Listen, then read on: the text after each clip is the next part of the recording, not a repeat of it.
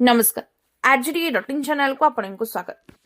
रायगढ़ जिला विषमकटक ब्लॉक अंतर्गत पाइकड़ा कुलुगड़ा स्थित उन्नति उच्च विद्यालय परिसर में निआरे पोड़ी होई 4 जन छात्र गुरुतर होइछन्ति। जनकर अवस्था संकटापन्न रही।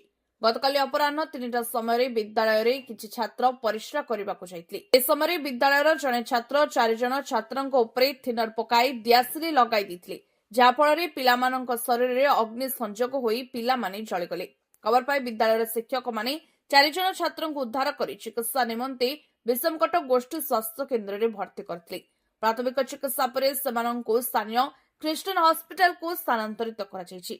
आहत माने हेले सप्तम श्रेणी छात्र विराज टाकरी, नयन हुईका, रोहित खरा एवं पंचम श्रेणी छात्र सुदाम बाग। एथिमध्यरु आहत छात्र विराज टाकरींकर स्वास्थ्यावस्था गुरुतर रही। अन्यपटे विद्यालय कार्य समय भितर छात्र माने पोड़ी जिबा एक निंदनीय घटना होइथिबा बेले विद्यालय छात्र छात्री सुरक्षा को नहीं उठी प्रश्न। केउ परिस्थिति एभली दुर्घटना घटला से संक्रांत में प्रधान शिक्षकों को पचारिबारु से हाईस्कूल कैंपस रे थिले। खबर पाई मेडिकल आसीबा कहबा सहित केउ परिस्थिति एभली घटना घटला से संक्रांत में विद्यालय उपस्थित अन्य शिक्षक माननकु पचारि बुझी प्रकाश करछन्ति।